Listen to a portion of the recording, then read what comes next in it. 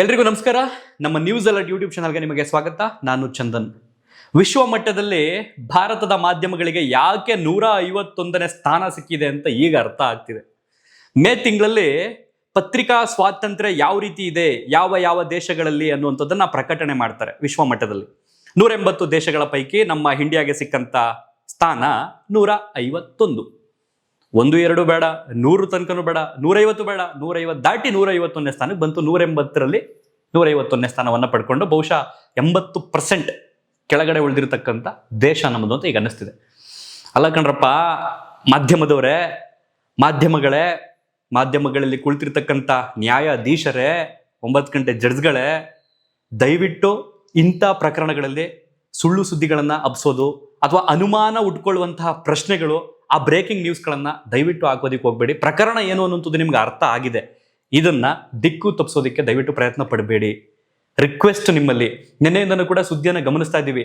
ನನಗೆ ಅನ್ಸಿದ್ದು ಒಂದೇ ಒಂದು, ಇಷ್ಟು ದಿನ ಮಲಗಿದ್ರಲ್ಲ, ಸುಮ್ಮನೆ ಹಾಗೆ ಮಲಗಿಬಿಟ್ಟಿದ್ರೆ ಸರಿ ಆಗ್ತಿತ್ತು ಅಂತ ಅನಿಸಿದೆ. ಒಂದಷ್ಟು ಮಾಧ್ಯಮಗಳು ನೀವು ಬರೋದಕ್ಕೂ ಮೊದಲೇ ಎಚ್ಚೆತ್ಕೊಂಡಿದ್ರು ನೋಡಿ, ಅವ್ರ್ಯಾರು ಕೂಡ ನಿಮ್ಮ ರೀತಿಯ ಅನುಮಾನಗಳನ್ನ, ಒಂದಷ್ಟು ಪ್ರಶ್ನೆಗಳನ್ನ ಹಾಕೊಳ್ತಿಲ್ಲ. ಅವರು ನೇರವಾಗಿ ಸುದ್ದಿಗೆ ಬರ್ತಾರೆ, ಪ್ರಸ್ತಾಪಿಸ್ತಿದ್ದಾರೆ, ಮುಗಿಸ್ತಿದ್ದಾರೆ. ಬಟ್ ನೀವು ಬಂದಂಥವ್ರು ಏಕಾಏಕಿ ದಿಢೀರ್ ಅಂತ ಅವ್ರು ಬರಲ್ವಂತೆ ಅಧಿಕಾರಿಗಳು, ಅವ್ರು ಹಿಂದುಳಿತಿದಾರಂತೆ, ಮೊದಲೇ ವಿಘ್ನ. ಏನ್ ಸಿಗುತ್ತೆ ನಿಮ್ಗೆ ಇದ್ರಲ್ಲಿ ಹೋಗ್ಲಿ? ಅಂಥದ್ದು ಏನ್ ಸಿಗುತ್ತೆ ನಿಮ್ಗೆ? ಬಹುಶಃ ನೀವು ಜನಗಳು ಹೇಳ್ತಾರಲ್ಲ, ಪೇಮೆಂಟ್ ರಿಸೀವ್ಡ್, ಪೇಮೆಂಟ್ ರೀಚ್ಡ್ ಅಂತ, ಅದಕ್ಕೆ ಅರ್ಹ ಅಂತ ಈಗ ಅನ್ನಿಸ್ತಾ ಇದೆ ನಿಮ್ಗಳಿಗೆ. ಯಾರ್ಯಾರು ಮಾಡಿದ್ದೀರೋ ನಿಮಗೆ ಅರ್ಥ ಆಗುತ್ತೆ. ಓಕೆ, ಇದು ಏನಿದು ಪ್ರಕರಣ ಅಂತದೆಲ್ಲ ಕೂಡ ನಾನು ವಿವರವಾಗಿ ಎಕ್ಸ್ಪ್ಲೇನ್ ಮಾಡ್ತೀನಿ. ನಿನ್ನೆ ನಡೆದಂತಹ ಒಂದಷ್ಟು ಬೆಳವಣಿಗೆಗಳನ್ನ ನೀವು ಗಮನಿಸಿದ್ರಿ. ಧರ್ಮಸ್ಥಳದ ಶವಗಳಲ್ಲಿ ನಾನು ಊತಿಟ್ಟಿದ್ದೀನಿ ಎನ್ನುವಂಥ ಒಂದು ಪ್ರಕರಣಕ್ಕೆ ಸಂಬಂಧಪಟ್ಟ ಹಾಗೆ, ಆ ಪ್ರಕರಣಕ್ಕೆ ಸಂಬಂಧಪಟ್ಟಾಗ ಈಗ ಆಲ್ರೆಡಿ ನಾನು ನಿಮಗೆ ಎಕ್ಸ್ಪ್ಲೇನ್ ಮಾಡಿದ್ದೀನಿ. ಯಾರು ಬಂದ್ರು, ಏನೇನೆಲ್ಲ ಹೇಳಿದ್ರು, ಅದಾದ ನಂತರ ಏನೇನೆಲ್ಲ ಆಯಿತು, ತನಿಖೆಯ ಹಂತ ಎಲ್ಲಿವರೆಗೆ ಬಂದು ನಿಂತಿದೆ. ಅಂತೂ ಇಂತೂ ಸರ್ಕಾರ ಜನರ ಕೂಗಿಗೆ, ಜನರ ಆ ಧ್ವನಿಗೆ ಸ್ಪಂದಿಸಿ SIT ಅನ್ನು ಕೂಡ ರಚನೆ ಮಾಡಿತು. ಹಿರಿಯ ಪೊಲೀಸ್ ಅಧಿಕಾರಿಗಳ ನೇತೃತ್ವದಲ್ಲಿ, ಪ್ರಣವ್ ಮೊಹಂತಿ ಅವರ ನೇತೃತ್ವದಲ್ಲಿ, MN ಅನುಚೇತ್ ಅವರಾಗಿರ್ಬೋದು IPS ಅಧಿಕಾರಿ, ಈ ಕಡೆ ಸೌಮ್ಯಲತಾ ಅವರಾಗಿರ್ಬೋದು IPS ಅಧಿಕಾರಿ, ಈ ಕಡೆ ಜಿತೇಂದ್ರ ಕುಮಾರ್ ದಯಾಮ್ ಅವರಾಗಿರ್ಬೋದು IPS ಅಧಿಕಾರಿ, ಈ 4 ಅಧಿಕಾರಿಗಳ ನೇತೃತ್ವದಲ್ಲಿ SIT ಅನ್ನ ರಚನೆ ಮಾಡಿ ಆದಷ್ಟು ಬೇಗ ಶೀಘ್ರವೇ ಸರ್ಕಾರಕ್ಕೆ ಸಂಬಂಧಪಟ್ಟಾಗ ನೀವು DG ಆಗಿರ್ಬೋದು, IGP ಆಗಿರ್ಬೋದು, ಇವರಿಗೆ ವರದಿಯನ್ನ ಸಲ್ಲಿಸಬೇಕು ಅಂತ ಸರ್ಕಾರ ಆದೇಶವನ್ನ ಹೊರಡಿಸುತ್ತೆ, SIT ಫಾರ್ಮ್ ಮಾಡುತ್ತೆ.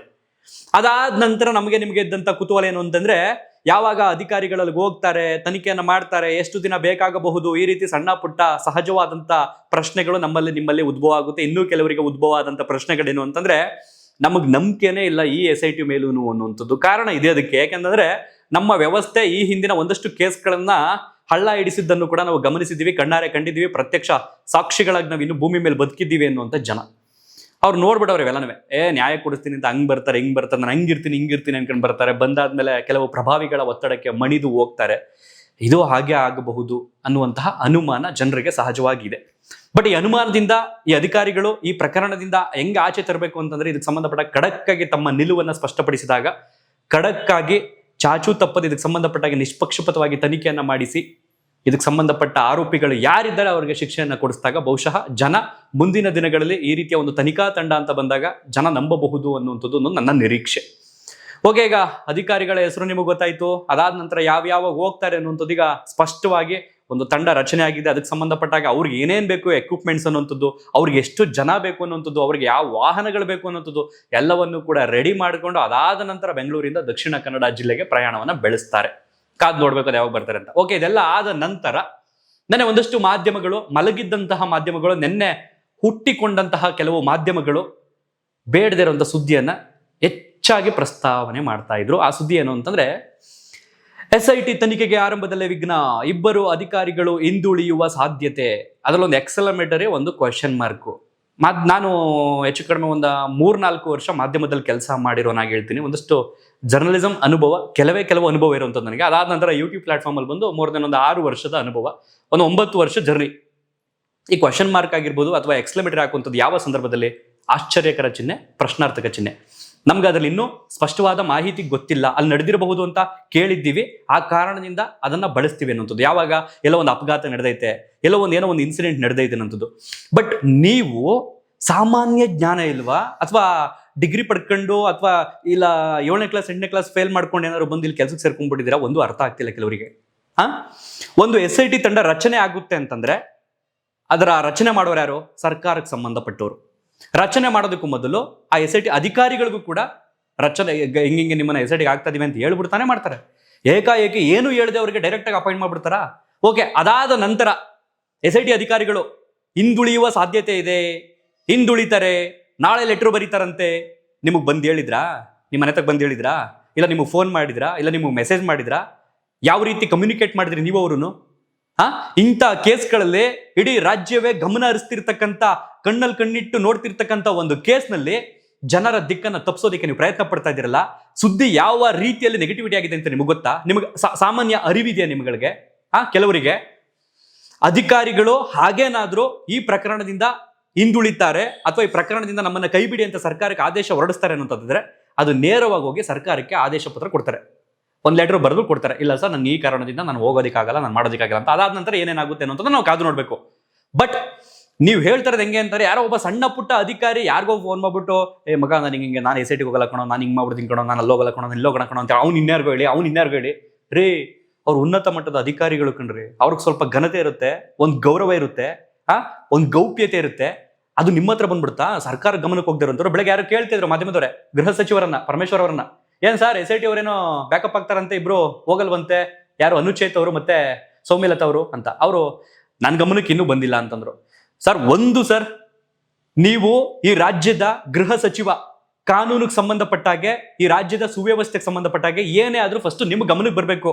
ನೀವು ಯಾಕೆ ಮಾಧ್ಯಮಗಳ ಹತ್ರ ಬಂದು ಅಥವಾ ಸ್ಟೇಟ್ಮೆಂಟ್ ಕೊಡದೇ ಇದ್ರೆ ಚಂದ. ನೀವು ಇಲ್ಲ ನನ್ನ ಗಮನಕ್ಕೆ ಬಂದಿಲ್ಲ, ನನಗೆ ಗೊತ್ತಿಲ್ಲ, ನನ್ನ ಗಮನಕ್ಕೆ ಬಂದಿಲ್ಲ, ನನಗೆ ಇನ್ನೂ ಗೊತ್ತಿಲ್ಲ.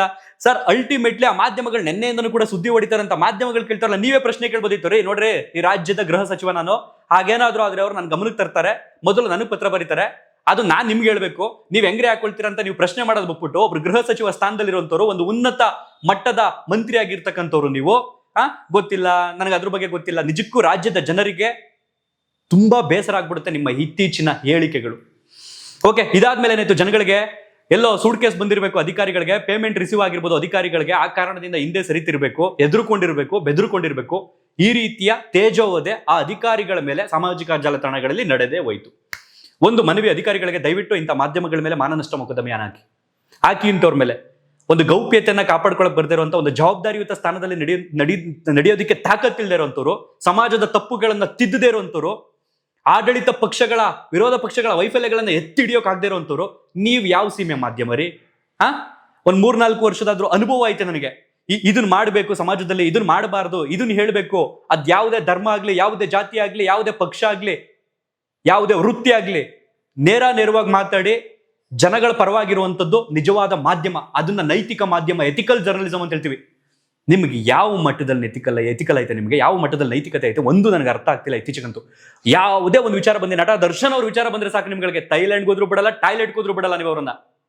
ಅದೇ ಇಂಥದ್ದೊಂದು ಪ್ರಕರಣ ನಡೆದೈತೆ ಅಂತಂದಾಗ ಮಲಗಿದ್ರಿ, ಯಾರೋ ಬಂದು ನಿಮ್ಗೆ ಹಾಕೊಂಡು ತಿವಿಬೇಕು, ಹಿಂಗೆ ತಿವ್ದು ಎದಳೋ, ಸಂವಿಧಾನದ 4ನೇ ಅಂಗ ಮಲಗಿದೆಯಲ್ಲ, ಎದಳೋ ಅಂತ ನಿಮ್ಮನ್ನು ತಿವ್ದು ಹೇಳಿಸ್ಬೇಕು. ಆ ನಂತರ ನಿದ್ದೆ ಕಣ್ಣು ಒರೆಸ್ಕೊಂಡು ಬಂದ್ಬಿಟ್ಟು ಏನ್ ಬೇಕಂಗೆ ಗಾಂಡ್ಗಾಬ್ರಿ ಬಂದಂಗೆ ಮಾತಾಡ್ಬಿಟ್ಟು ಹೊಟ್ಟೋಗ್ಬಿಡ್ತೀರಿ. ಒಂದು ಅರ್ಥ ಆಗ್ತಿಲ್ಲ. ಒಂದು ಪ್ರಕರಣ, ಈ ದೇಶ ಕಂಡಂತ ಒಂದು ಅತಿ ದೊಡ್ಡ ಪ್ರಕರಣ ಇಲ್ಲಿ ನಡೀತೈತೆ, ಅದಕ್ಕೆ ಸಂಬಂಧಪಟ್ಟಾಗ ಯಾರೋ ಆರೋಪಿಗಳಿರ್ಬೋದು, ತನಿಖೆ ನಡೀಲಿ, ತನಿಖೆಗೆ ಸಹಕರಿಸೋಣ. ತನಿಖೆಗೆ ಸಂಬಂಧಪಟ್ಟಾಗ ನಮಗೊಂದು ಜವಾಬ್ದಾರಿ ಐತೆ. ಆಡಳಿತ ಪಕ್ಷವನ್ನ ಪದೇ ಪ್ರಶ್ನೆ ಮಾಡಿ ಕೇಳೋಣ, ಏನ್ ಮಾಡ್ತಾ ಇದ್ದೀರಿ, ಏನ್ ಅಪ್ಡೇಟು, ಇದಕ್ಕೆ ಸಂಬಂಧಪಟ್ಟಾಗ ನ್ಯಾಯ ಯಾವಾಗ ಸಿಗುತ್ತೆ, ಈ ರೀತಿಯ ಪ್ರಶ್ನೆಗಳನ್ನ ಹಾಕೋದ್ಬಿಟ್ಟು ನೀವು ಏಕಾಏಕಿ ಅಧಿಕಾರಿಗಳು ಹಿಂದೂ ಕುಳಿತಾರಂತೆ, ಮನೆಗೆ ಹೋಯ್ತಾರಂತೆ, ಹೋಗಲ್ವಂತೆ, ಇನ್ಯಾರೋ ಹೇಳ್ತಿದ್ರಲ್ಲಿ. ಇತ್ತೀಚೆಗೆ ಜುಲೈ 15ನೇ ತಾರೀಕು ಒಂದಷ್ಟು 35 IPS ಅಧಿಕಾರಿಗಳ ಟ್ರಾನ್ಸ್ಫರ್ ಆಗುತ್ತೆ. ಅದರಲ್ಲಿ ಒಂದು 3-4 ಜನ ಅಧಿಕಾರಿಗಳಿಗೆ ಇದಾರಲ್ಲ, ಅದರಲ್ಲಿ ಒಂದು 2 ಅಧಿಕಾರಿಗಳು ಕೂಡ ಟ್ರಾನ್ಸ್ಫರ್ ಆಗ್ತಾರೆ. ಅದರಲ್ಲಿ ಅನುಚೇತ್ ಅವರು ಟ್ರಾಫಿಕ್ ಇದು ಸಂಚಾರಿ ವಿಭಾಗದಲ್ಲಿ ಅವರು ಆಯುಕ್ತರಾಗಿರ್ತಾರೆ, ಜಂಟಿ ಆಯುಕ್ತರಾಗಿರ್ತಾರೆ. ಈಗ ಅವರನ್ನ ನೇಮಕಾತಿಗೆ ಸಂಬಂಧಪಟ್ಟಂಗೆ ಪೊಲೀಸ್ ಉಪ ಮಹಾನಿರೀಕ್ಷಕರಾಗಿದ್ದಾರೆ ಪ್ರೆಸೆಂಟ್. ಈಗ ಅವ್ರಿಗೆ ಅದ್ರಲ್ಲಿ ಅಸಮಾಧಾನ ಇದೆಯಂತೆ ಟ್ರಾನ್ಸ್ಫರ್ ಮಾಡೋದ್ರಿಂದ. ಹಂಗಾಗಿ ಅವರು ನೀವು ಟ್ರಾನ್ಸ್ಫರ್ ಮಾಡ್ಬಿಟ್ಟಿದ್ರಲ್ಲ, ಆ ಕಾರಣದಿಂದ ನಾನು ಹೋಗಲ್ಲ ಅಂತ ನಾಚಿಕೆ ಆಗ್ಬೇಕು ನಿಮ್ಗೆ ಈ ತರ ಎಲ್ಲ ಸ್ಟೇಟ್ಮೆಂಟ್ ಕೊಡೋದಕ್ಕೆ ಒಬ್ರು ಅಧಿಕಾರಿಗಳ ಬಗ್ಗೆ. ಅನುಚೇತ್ ಅವ್ರ ಬಗ್ಗೆ ಏನ್ ಗೊತ್ತು ನಿಮ್ಗೆ? IPS ಅಧಿಕಾರಿ ಅವ್ರ ಬಗ್ಗೆ. ಗೌರಿ ಲಂಕೇಶ್ ಕೇಸಲ್ಲಿ ಜನ ನ್ಯಾಯ ಸಿಗುತ್ತಾ ಇಲ್ವಾ ಅಂತ ಆತಂಕದಲ್ಲಿ, ಕಳವಳದಲ್ಲಿದ್ದಾಗ ಆ ಕೇಸ್ನ ಗೆದ್ಕೊಂಡು ಬಂದಂಥವ್ರು ಈ IPS ಅಧಿಕಾರಿ. ಇನ್ನು ಸೌಮ್ಯಲತಾ ಅವರು ಶಾಸಕ ಮುನಿರತ್ನ ಕೇಸ್ಗೆ ಸಂಬಂಧಪಟ್ಟಾಗೆ ತನ್ನ ನಿಲುವನ್ನು ಬದ್ಧವಾಗಿ ನಿಂತ್ಕೊಂಡು ಧೈರ್ಯವಾಗಿ ಅದಕ್ಕೆ ಸಂಬಂಧಪಟ್ಟಾಗೆ ತನಿಖೆಯನ್ನು ಮಾಡಿದಂಥ ಮಹಿಳಾ ಅಧಿಕಾರಿಯವರು. ಆ 2 ಅಧಿಕಾರಿಗಳ ಹೆಸರು ಬಳಸ್ಕೊಂಡು ನೀವೀಗ ಈ ರೀತಿ ತೇಜೋವಧೆ ಮಾಡ್ತಾ ಇದ್ದೀರಿ. ಬಹುಶಃ ಅಧಿಕಾರಿಗಳೇನಾದ್ರು ಗಮನಿಸ್ತಾ ಇದ್ರೆ ಇದಕ್ಕೆ ಸಂಬಂಧಪಟ್ಟ ಮಾಧ್ಯಮಗಳಿಗೆ ನಿಮಗೆ ಎಲ್ಲಿಂದ ಮಾಹಿತಿ ಬಂತು, ಹೇಗೆ ಬಂತು, ಸಂವಿಧಾನದ 4ನೇ ಅಂಗ ಏನು ಬೇಕಾದ್ರೂ ಮಾತಾಡಬೇಕು ಅನ್ನೋ ಒಂದು ಪ್ಲಾಟ್ಫಾರ್ಮ್ ಅಲ್ಲಿ ಕೂತಿದೀವಿ ಅಂತ ತಕ್ಷಣ ನಿಮ್ಗೆ ಇಷ್ಟ ಬಂದಂಗೆ ಮಾತಾಡಂಗಿಲ್ಲ ಅಂತ ಅಂದ್ಬಿಟ್ಟು ದಯವಿಟ್ಟು ಅವ್ರಿಗೆ ಮಾನನಷ್ಟ ಮೊಕದ್ದಮೆಯನ್ನು ಹಾಕಿ. ಅವಾಗ್ಲಾದ್ರೂ ಸ್ವಲ್ಪ ಬುದ್ಧಿ ಕಲೀಲಿ. ಅಂಡ್ ಇಲ್ಲಿರ್ತಕ್ಕಂಥ 4 ಅಧಿಕಾರಿಗಳ ಮೇಲೆ ಒಂದು ಒಳ್ಳೆ ನಂಬಿಕೆ ಇದೆ. ಇದಕ್ಕೆ ಸಂಬಂಧಪಟ್ಟಾಗೆ ಅದರಲ್ಲೂ ಎಸ್ಪೆಷಲಿ ಪ್ರಣವ್ ಮೊಹಂತಿ ಅವ್ರ ಮೇಲಂತೂ ತುಂಬಾ ನಂಬಿಕೆ ಇದೆ. ಖಡಕ್ ಅಧಿಕಾರಿ ಅನ್ನುವಂಥ ಒಂದು ಹೆಸರನ್ನ ಪಡ್ಕೊಂಡಿದ್ದಾರೆ. ಕಾದ್ ನೋಡ್ಬೇಕಷ್ಟೇ. ಅದಕ್ಕೆ ಸಂಬಂಧಪಟ್ಟಾಗೆ ಅವ್ರಿಗೆ ಎಂಕರೇಜ್ ಮಾಡೋದು ಬಿಟ್ಬಿಟ್ಟು, ಧೈರ್ಯ ತುಂಬೋದು ಬಿಟ್ಬಿಟ್ಟು, ಅವ್ರಿಗೆ ಗೆದ್ದು ಬನ್ನಿ ಈ ಕೇಸ್ನ ಪ್ರಕರಣವನ್ನ ಭೇದಿಸಿ ಬನ್ನಿ ಅಂತ ಹೇಳೋದು ಬಿಟ್ಬಿಟ್ಟು ಸ್ಟುಡಿಯೋದೊಳಗಡೆ ಕೂತ್ಕೊಂಡು ಕಚಪಿಚ ಅಂತಿರಲ್ಲ, ಕಾಮನ್ ಸೆನ್ಸ್ ಬೇಡವಾ ನಿಮ್ಗಳಿಗೆ? ಪಾಪ ನನ್ನ ಸುತ್ತಮುತ್ತ ಎಷ್ಟೋ ವರದಿಗಾರರು ಇದ್ದಾರೆ, ರಿಪೋರ್ಟರ್ಸ್ಗಳು, ಅವ್ರನ್ನ ನೆನ್ಸ್ಕೊಂಡ್ರೆ ಬೇಜಾರಾಗುತ್ತೆ. ಅವ್ರೇನ್ ಮಾಡ್ತಾರೆ? ಅಲ್ಲಿ ಕುತ್ಕೊಂಡಿರ್ತಾರಲ್ಲ 9 ಗಂಟೆ ಜಡ್ಜ್ಗಳು, ಇಂಥದ್ದು ಹಾಕ್ಬೇಕು ಇಂಥದ್ದು ಬಿಡ್ಬೇಕು ಅಂತ ಡಿಸೈಡ್ ಮಾಡೋರು ನೀವಲ್ವಾ? ಪಾಪ ಅವ್ರೇನ್ ಮಾಡ್ತಾರೆ? ಬೀದಿಲಿ ನಿಂತ್ಕೊಂಡು ವರ್ಕ್ ಮಾಡುವಂತ ರಿಪೋರ್ಟರ್ಗಳು, ಅವ್ರನ್ನ ಯಾಕೆ ನಾವು ಇಲ್ಲಿ ಬೈಬೇಕು? ಪಾಪ ಅವ್ರಿಗೆ ಗೊತ್ತು ನ್ಯಾಯ ಸಿಗ್ಲಿ, ಇಂಥದ್ದು ಫೈಟ್ ಮಾಡ್ಬೇಕು ಅಂತ. ಬಟ್ ಏನು ಮಾಡೋಕ್ಕಾಗಲ್ಲ. ಯಾಕಂದ್ರೆ ಪಾಪ ಎಲ್ಲ ನಿಮ್ಮ ಅಧೀನದಲ್ಲಿ ನಿಮ್ಮ ಕಂಟ್ರೋಲ್ ಇರ್ತಾರಲ್ಲ, ನೀವು ಇನ್ಯಾರ ಕಂಟ್ರೋಲ್ ಇರ್ತೀರಿ ಅಂತ ಇವಾಗ ಅರ್ಥ ಆಗ್ತೈತೆ. ಒಟ್ಟಾರೆಯಾಗಿ ಈ ಒಂದು ಪ್ರಕರಣ SIT ತನಿಖೆಯ ಹಂತದಲ್ಲಿರೋದ್ರಿಂದ ಕಾದು ನೋಡಬೇಕು ಯಾವ್ಯಾವ ರೀತಿ ಆಗುತ್ತೆ ಅನ್ನೋಂಥದ್ದು. ಯಾವ ವಕೀಲರ ತಂಡ ಇದಕ್ಕೆ ಸಂಬಂಧಪಟ್ಟಾಗೆ ಕೋರ್ಟ್ ಮೊರೆ ಹೋಗಿ ಇದಕ್ಕೆ ಸಂಬಂಧಪಟ್ಟಾಗೆ SIT ಮಾಡಿ ಅಂತ ಕೇಳ್ಕೊಳ್ತು, ಅದೇ ವಕೀಲರ ತಂಡ ಇಂಥ ಅಧಿಕಾರಿಗಳು ಬೇಕು ಅಂತ ಹೆಸರನ್ನ ಸೂಚಿಸಿರುವುದು. ಆ ಅಧಿಕಾರಿಗಳ ಹೆಸರನ್ನ ಸರ್ಕಾರವು ತೆಗೆದುಕೊಂಡು ಪ್ರಣವ್ ಮೊಹಂತಿ ಅವರನ್ನ ಮುಖ್ಯಸ್ಥರಾಗಿ ನೇಮಕ ಮಾಡಿರ್ತಕ್ಕಂಥದ್ದು. ಹಾಗಾಗಿ ಸ್ವಲ್ಪ ಸಮಾಧಾನದಿಂದ, ತಾಳ್ಮೆಯಿಂದ ನಿರೀಕ್ಷಿಸಿ. ಈ ಕೇಸಿಗೆ ಸಂಬಂಧಪಟ್ಟಾಗೆ ಸುಮ್ಮನೆ ಎಲ್ಲ ಅಧಿಕಾರಿಗಳ ಮೇಲೂ ಆರೋಪ ಮಾಡುವಂಥದ್ದು ಬೇಡ ಅಂತ ನನ್ನ ಒಂದು ಮನವಿ. ಈ ಮೂಲಕ ಈ ವಿಡಿಯೋವನ್ನು ಮುಗಿಸ್ತಾ ಇದ್ದೀನಿ. ನಿಮ್ಮ ಅನಿಸಿಕೆ ಅಭಿಪ್ರಾಯಗಳನ್ನ ಕಾಮೆಂಟ್ ಬಾಕ್ಸ್ನಲ್ಲಿ ಬರೆದು ತಿಳಿಸಿ ಅಂತ ಕೇಳ್ಕೊಳ್ತಾ, ಒಂದಷ್ಟು ವಿಚಾರ ಇದೆ ಮಾತಾಡುವಂಥದ್ದು. ಹೋಗ್ತಾ ನೆಕ್ಸ್ಟ್ ಡೇಸ್ನಲ್ಲಿ ಅದನ್ನು ನಿಮ್ಮ ಮುಂದೆ ಇಡ್ತಾ ಹೋಗ್ತೀನಿ. Thank you so much.